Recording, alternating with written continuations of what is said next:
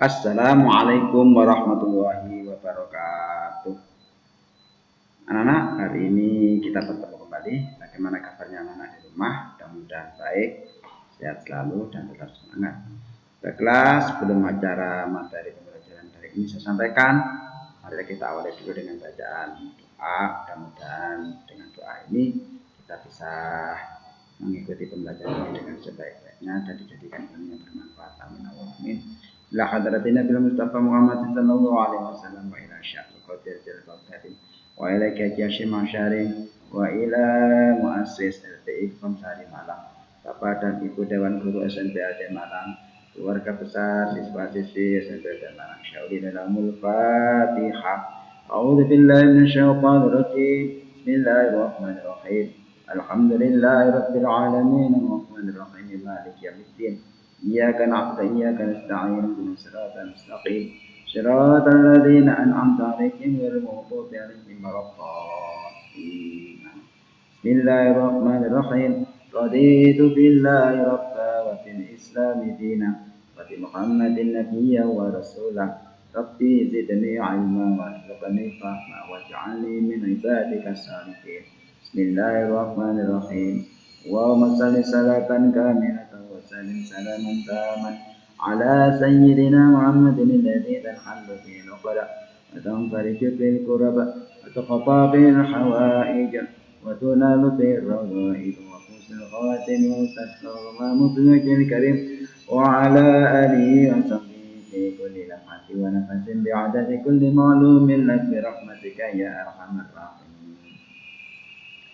Baiklah anak-anak, hari ini kita akan melanjutkan kembali dari kita untuk pendidikan agama Islam kelas 7 dengan materi dengan judul Indahnya Kebersamaan dengan Salat Berjamaah. Ya, hari ini kita akan membahas masalah tentang ibadah tentang salat berjamaah. Baiklah, sebelum materi ini saya sampaikan, tolong dipersiapkan buku tulisnya atau catatan-catatan supaya nanti bisa merangkum dari materi ini. Tujuan pembelajaran yang kita harapkan adalah satu, menunaikan salat wajib berjamaah sebagai implementasi dari pemahaman hukum Islam, memahami ketentuan salat berjamaah dan mempraktikkan salat berjamaah. Tujuan dari pembelajaran ini, silakan kalian bisa mempelajari yang ada di sini. Pada intinya yang jelas adalah kita bisa mempraktikkan salat berjamaah. Baiklah, kita lanjutkan lagi. Mari kita renungkan, ya. Masjid merupakan tempat beribadah umat Islam. Di masjid mereka saling berdekatan, bertatapan, berjabatan tangan, bersapa dan berbautan hati demi mewujudkan semangat ukhuwah atau menjalin persatuan. Rasa persatuan yang paling indah adalah persatuan dan kebersamaan orang yang sholat berjamaah.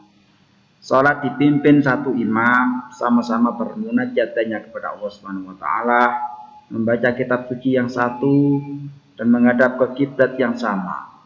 Mereka melakukan amal yang sama, ruku dan sujud kepada Allah Subhanallah. Itulah dengan kita ya. Ayo kita melaksanakan salat berjamaah. Tahukah kamu apakah salat berjamaah itu? Salat berjamaah adalah salat yang dikerjakan oleh dua orang atau lebih secara bersama-sama dan salah seorang dari mereka menjadi imam, sedangkan yang lainnya menjadi makmum. Nah, salat lima waktu yang kita lakukan sangat diutamakan untuk dikerjakan secara berjamaah, bukan sendiri-sendiri atau munfarid. Kalian perlu tahu bahwa hukum salat berjamaah adalah sunnah muakkad, yaitu sunnah yang sangat dianjurkan. Bahkan sebagian ulama mengatakan hukum sholat berjamaah adalah fardu kifayah. Adapun dalil dan keutamaan sholat berjamaah itu terdapat dalam sebuah hadis Rasulullah SAW yang berbunyi, sholatul jamaah afdalu min sholatil fadhi bisab'i wa isyrina darajah. Artinya, Rasulullah SAW bersabda, salat berjamaah itu lebih utama dari salat sendirian dengan 27 derajat. Hadis riwayat Bukhari dan Muslim. Selanjutnya dalil hadis sahih salat berjamaah, yaitu keistimewaan lain bagi orang yang rajin salat berjamaah adalah akan dibebaskan oleh Allah Subhanahu wa taala dari api neraka. Perhatikanlah keterangan dari hadis berikut ini.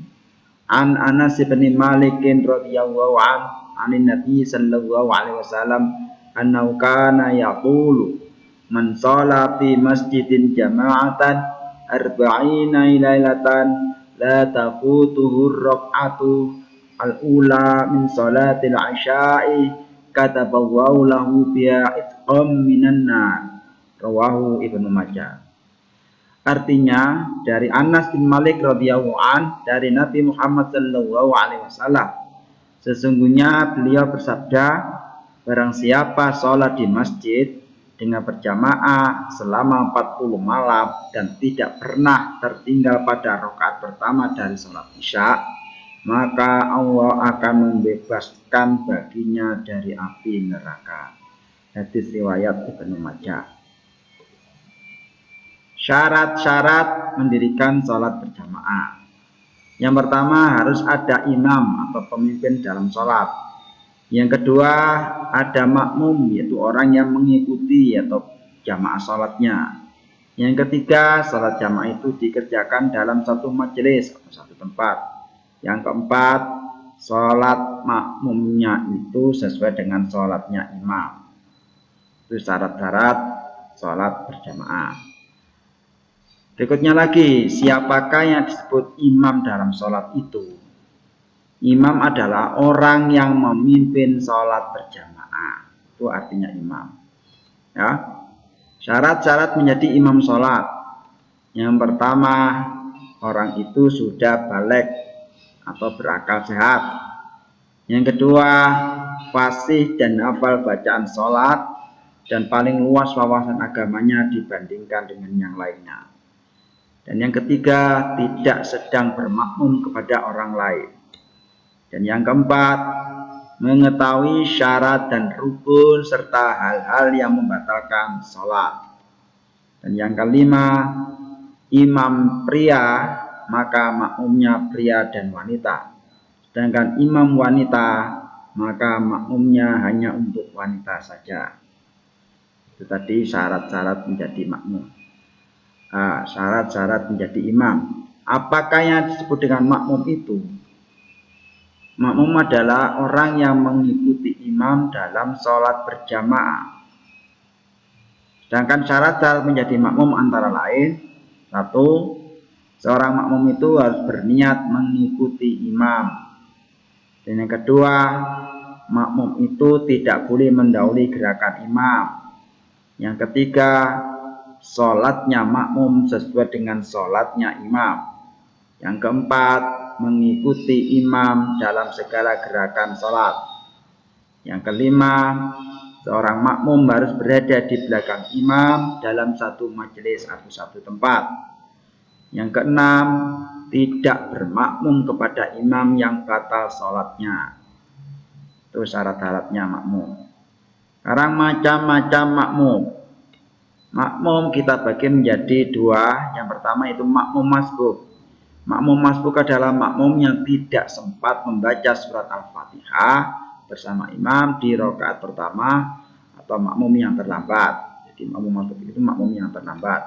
Yang kedua adalah makmum muwafiq, yaitu makmum yang dapat mengikuti seluruh rangkaian salat berjamaah bersama imam.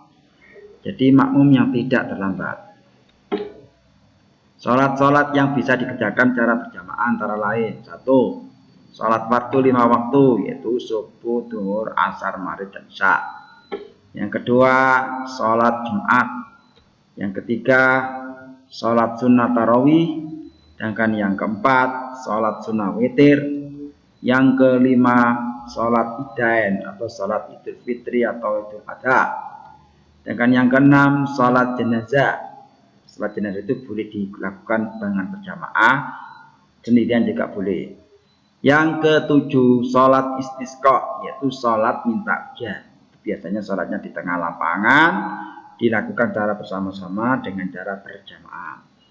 Yang kedelapan, sholat gerhana bulan dan gerhana matahari. Itu juga begitu. Biasanya sholatnya pada siang hari atau pada saat waktu jam-jam yang telah ditentukan oleh kiainya. Nah, itu juga dilakukan dengan cara berjamaah. Kebanyakan sholat sunnah dituntut untuk dikerjakan secara munfarid.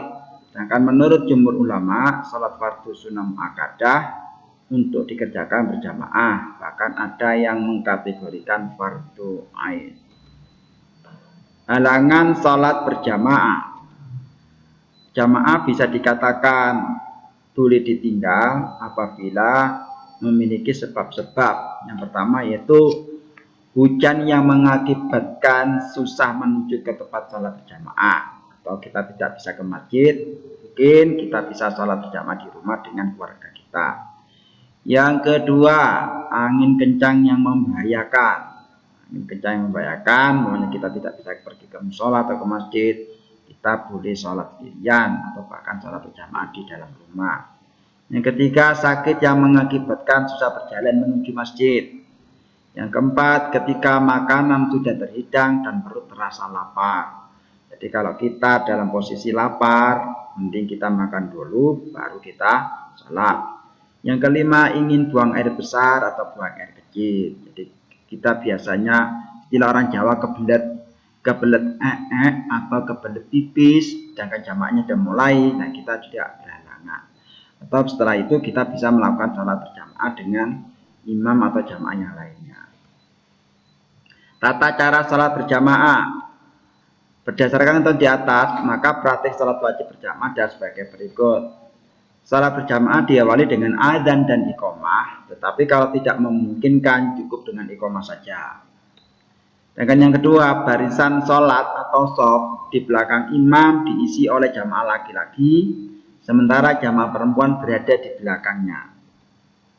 Yang ketiga, di dalam melaksanakan sholat berjamaah, seorang imam membaca bacaan sholat ada yang nyaring atau jar, dan ada yang dilirikan atau sihir, ya, atau sir.